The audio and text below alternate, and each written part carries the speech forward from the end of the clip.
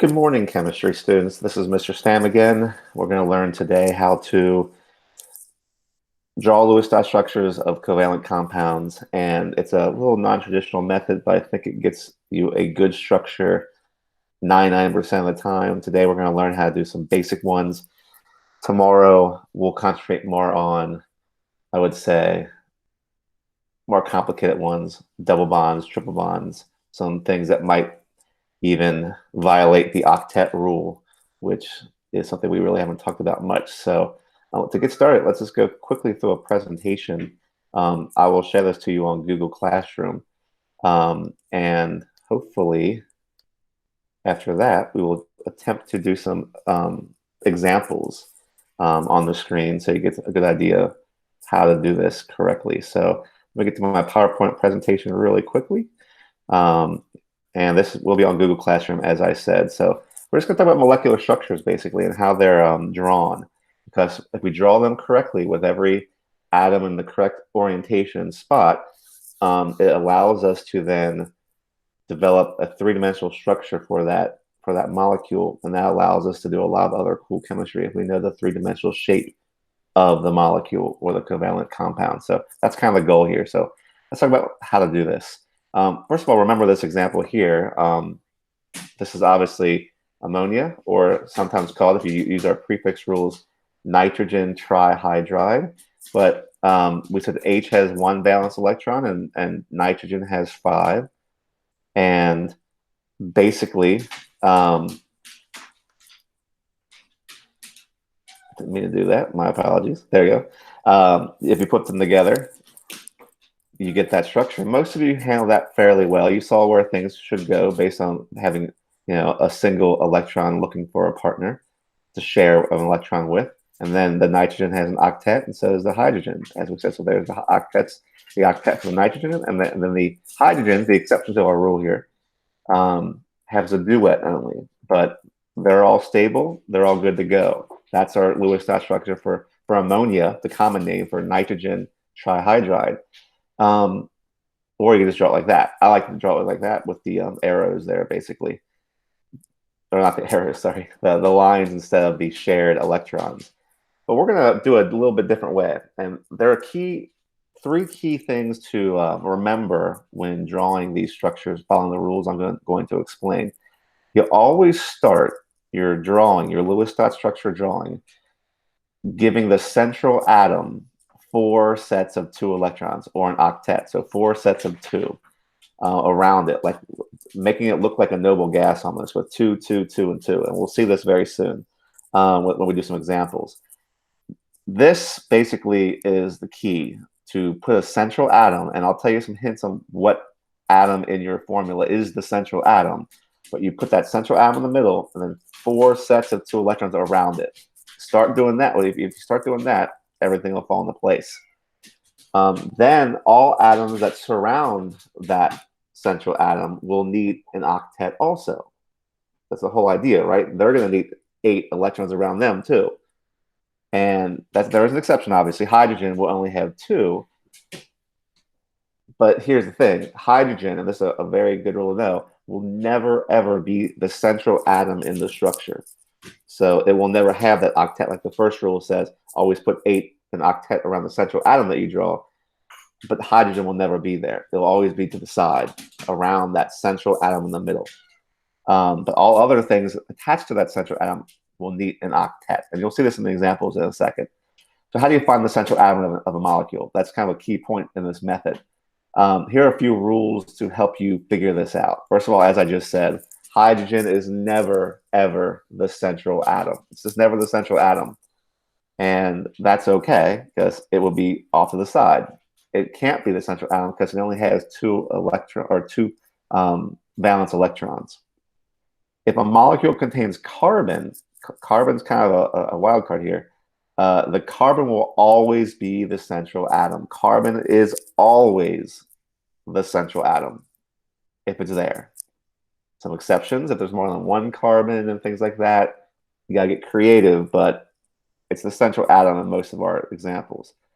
In a molecule containing 2 elements, so if there's 2 elements in your atom or in your molecule, the central atom will only appear once. So for example, H2O, water. There's two H's and one O. Well, H's never get the central, maybe a bad example, but O has to be there because there's only one of them.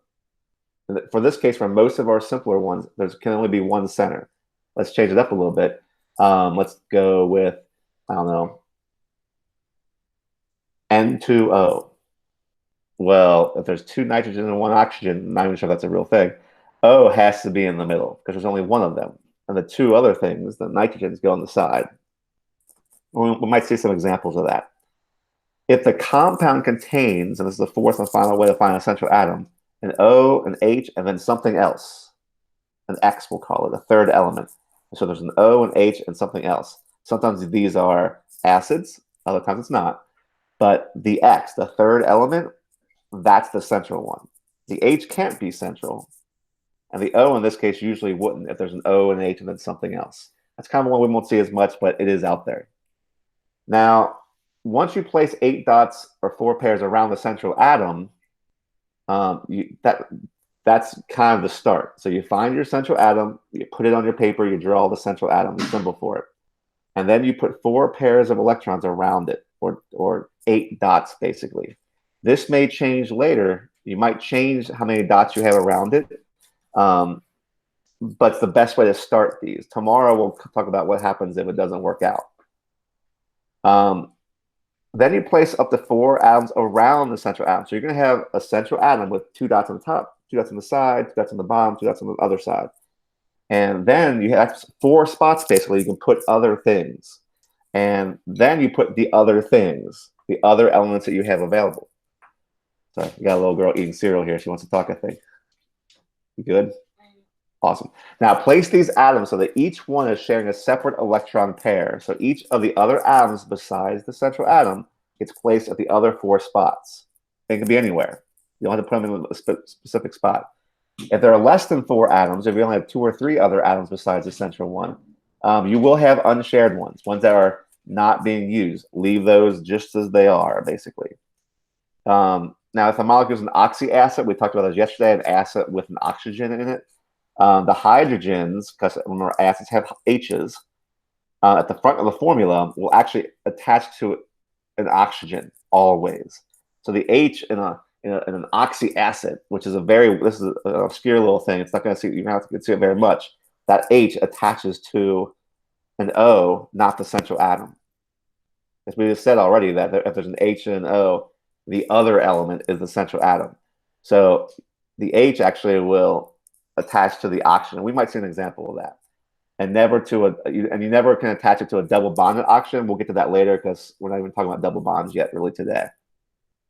Then after that, you have a central atom with things around it now. Then you just put additional dots around those outside atoms until each of them has an octet, with one exception, hydrogen. Hydrogen only needs a duet. So there's already a pair of dots it's sharing with the central atom. The outside ones, you only got to add 6 more dots to each of them. Because then they'll have 8, basically. The shared pair counts for both atoms, so it counts as 8 for them. Now here's the key. You have the structure. We'll see an example in a second. I'm going to draw a couple of them. You want to count the total number of valence electrons in the molecular formula. This is how we're going to check to see if our structure is correct. So you count, basically, in the formula, the written formula that you have, not the structure you drew, but the formula, how many valence electrons should be in that formula. Use the family numbers to tell how many valence electrons things have. Carbon has 4, sulfur has 6, iodine, the halogen has 7. It's in the 17th column, so 7. Sulfur's in the 16th, carbon's in the 14th. So how many valence electrons they have, so each thing in the formula, how many valence electrons is in each of those atoms, and you just add them up and see how many total you should have for that formula in that molecule. So an example, H2O. If you're trying to do H2O and you got this drawing and you want to check it, you take, okay, H2O. Well, H, basically H right here, it has a 2 behind it, so you have 2 of them. How many valence electrons are in H? 1, only 1. So 1 times 2, that's right there. That's going to be 2, obviously. And oxygen, there's only 1 of them. There's 6 valence electrons. So total number of valence electrons in that compound, in that molecule, is there's 2 for the 2 H's, because each one has 1, and there's 6 for O, because O is in the 16th column. So 2 plus 6 is 8. So around your structure, what you want to do is count the dots that you just drew in your structure, using the method we just saw, and compare it to the number of valence electrons you just counted up. You just figured out. If the number of dots in your structure is equal to the number of valence electrons you just figured out, your structure is good. It's awesome. It's correct. It's the way it's supposed to be. Now, if it's not equal, that's tomorrow's lesson. Tomorrow's lesson will talk about reasons why it will not be correct. Sometimes your dots will not equal the number of valence electrons. There are 2 rules, and this is the last slide, 2 rules or 2 reasons for this, I guess. If it doesn't add up, if your number of valence electrons you figured out from the formula is not the same as the number of dots, it probably means that you have a double or triple bond in the structure someplace. And that is something we'll figure out how to draw tomorrow. Or, this is a weird one, it's legally violating the octet rule. So it's not following the octet rule the way we would expect it to. And there are some elements that just don't like to follow the octet rule. That's one we'll talk about tomorrow too. So let's move a little bit to something else. Let's do some examples. I'll do just a couple, and then you'll do maybe a couple examples on your own. But I think it's very helpful to actually see examples of this. So I'm going to switch to my iPad so it's recording its screen instead of my screen here, just because I want to be able to draw some structures here. So you shall see, hopefully, very soon.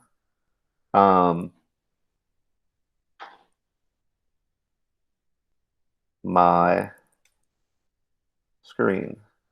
And then when you see this, you will be able to hopefully do these on your own, which is kind of the key. So let me pin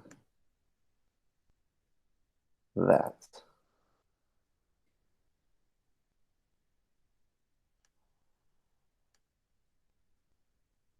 Okay. How did you do that? Shh, let's be quiet. Bridget, let's be quiet. Bridget, let's be quiet. So here's what we can see. I'm going to, in theory here, draw you some structures. Let's start with one that is pretty simple. Let's start with CH4. Common name, methane. Carbon tetrahydride, another name for it. Now, following our rules, we want to draw a Lewis dot structure for this. So, back up, please. We got cereal next to us. We don't want to spill on the computer, right? No, I didn't but see. You might. So, CH4 has 2 elements in it, carbon and hydrogen. Well, which one has to be the central atom? You have to find a central atom first. And we said the biggest rule is, well, there's 2 big rules here on this one. Carbon has to be a central atom if it's there. And hydrogen is never the central atom. So what you do is you put carbon in the middle. Draw carbon in the middle. And then you put 8 dots around it. So I'm going to put 8 dots around carbon. Just like that. That's the start of my structure. There's 8 dots. Now I have 4 other things left. I have 4 hydrogens. And I put those around those 4 pairs. So I luckily have 4, I just fill them in. There's an H there, there'll be an H there. This is similar to what you did before, but we're kind of following more rules. Now, H's don't need anything else. They're good because if you look, obviously, there's 2 dots between the H's and the C's, and that's good for the hydrogen. The hydrogen's good. Now, how many dots are on that C? I count 8 still. So we have an octet there. So I figured out my rules. Now let's do it a little bit differently. Let's follow our rules we just learned. We're gonna see if this structure is correct. So look at your formula, CH4. Let's see how many valence electrons there should be in CH4. Well, carbon has 4 valence electrons. And hydrogen each has 1, but there's 4 of them. So H's have 1 valence electron, but there's 4 of them. So if you do your math, 4 plus 1 times 4, which is 4, So I'll do the math. 4 plus 4. They always say chemistry math is hard. It's not. Is 8. So I have 8 valence electrons, technically. I should in my formula. My formula is saying that this thing here is saying I should have 8 because I have 1 carbon and 4 H's. Well, that's how many valence electrons I should have. Well, how many dots are on my structure I just drew? I have 8 dots. What this means is my structure is correct. That is a good structure. You want to draw it like this? I like to draw it. I'm not very good with my stylus, but that's how you would draw it, maybe. Another way of drawing it. Pretty cool. Very cool, I think. So that is one way of doing this. That's carbon tetrahydride or methane's structure. Let's do another one. Let's do another one, see how this works. So let's do something like, I think of a good one here. Maybe silicon tetrachloride. Silicon tetrachloride. So, okay, that's a structure we could draw if we want to. There's no carbon, so we don't know what to put in the center. But there's another rule. We need a central atom. There's 1 silicon, and there's 4 chlorines. So there's only 1 silicon. There's going to be 1 center. I'm going to draw silicon in the middle. And I'm going to put 8 dots around silicon, just like that. Make sure your eye, when you dot your eye, it doesn't look like too much like one of your dots drew around it. And then I just got to put my remaining things around it. There's 4 chlorines, so I just put, okay, chlorine can go there, chlorine can go there, there, and there. Well, I'm not done yet because these are not H's, these are not hydrogens. So I got to put dots around the chlorines. How many? 6 more, right? Why? Because I only have 2 shared, so I need 8 total around everything. Now this could change later. These structures could change, but now I have 8 dots around every single thing. I should be done right there, but I want to double check it. To double check to see if this is correct. I'm going to look at my structure. There's my structure. I'm going to see how many I should have dot-wise. There's a lot of dots on there. Just don't count that I dotting the I on the silicon. That'd be bad. That's not an official octet dot. So silicon has how many valence electrons? 6. Silicon's right under oxygen.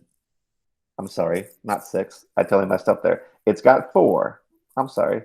It's right underneath carbon. And then chlorine has 7. But there's 4 of them. So do a little math. 4 plus 7 times 4 is 28.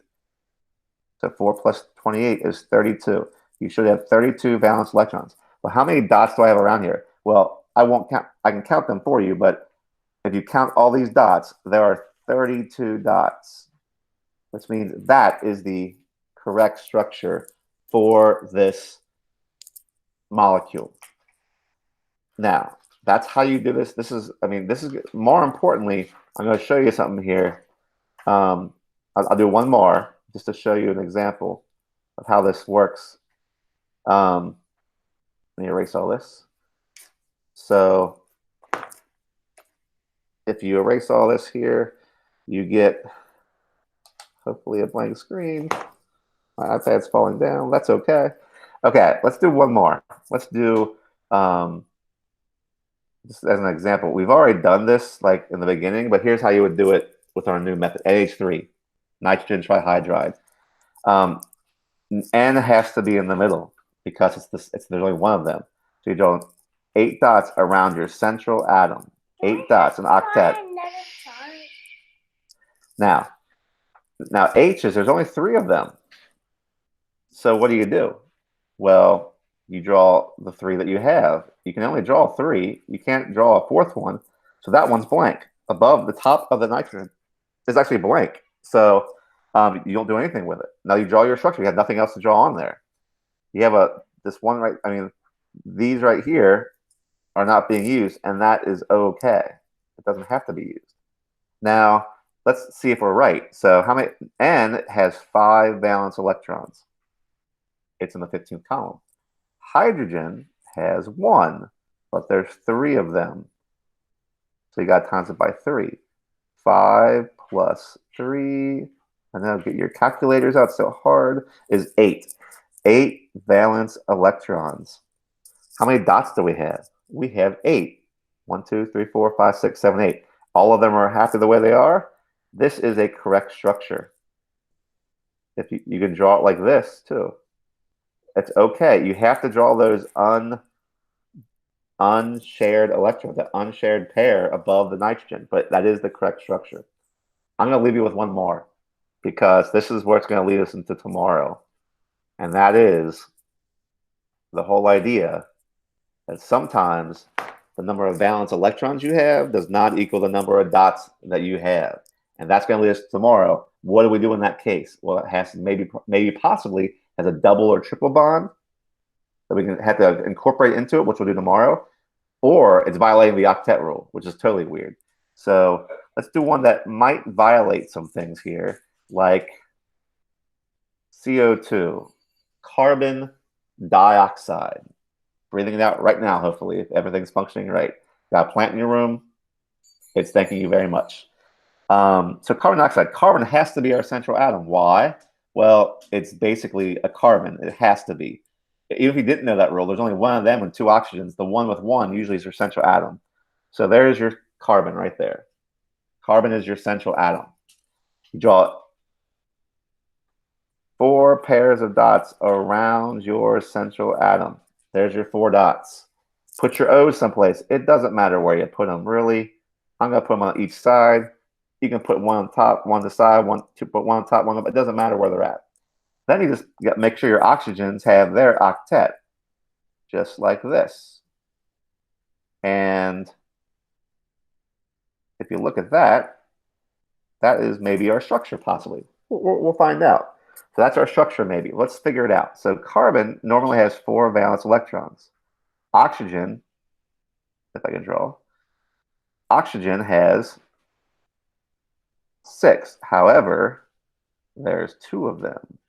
So you got to do some math. 4 plus 12, because 6 times 2 is 12, is what? 16. I found a milk marker I never seen. Awesome. I'm almost done, okay? So 16. We need 16 dots because we really have 16 valence electrons. So how does that work? Let's see. We have 1, 2, 3, 4, 5, 6, 7, 8, 9, 10, 11, 12, 13, 14, 15, 16, 17, 18, 19, 20. I count 20 dots, and I hope you do too. Well, that's not right. 16 valence electrons does not equal 20 dots. And when we get to this situation, our structure is not correct. This is not the correct structure. It is not the correct structure. What do we do? Well, here's a teaser. Stay tuned for tomorrow, and we'll learn what we do in this case. Hint, double and triple bonds may be violating the octet rule. We'll find out tomorrow. So stay tuned for tomorrow. We will absolutely get back to this, and hopefully we will learn that as hopefully effectively as you learn this. So have a great day, and I will see you tomorrow to unravel this mystery. Have a great one.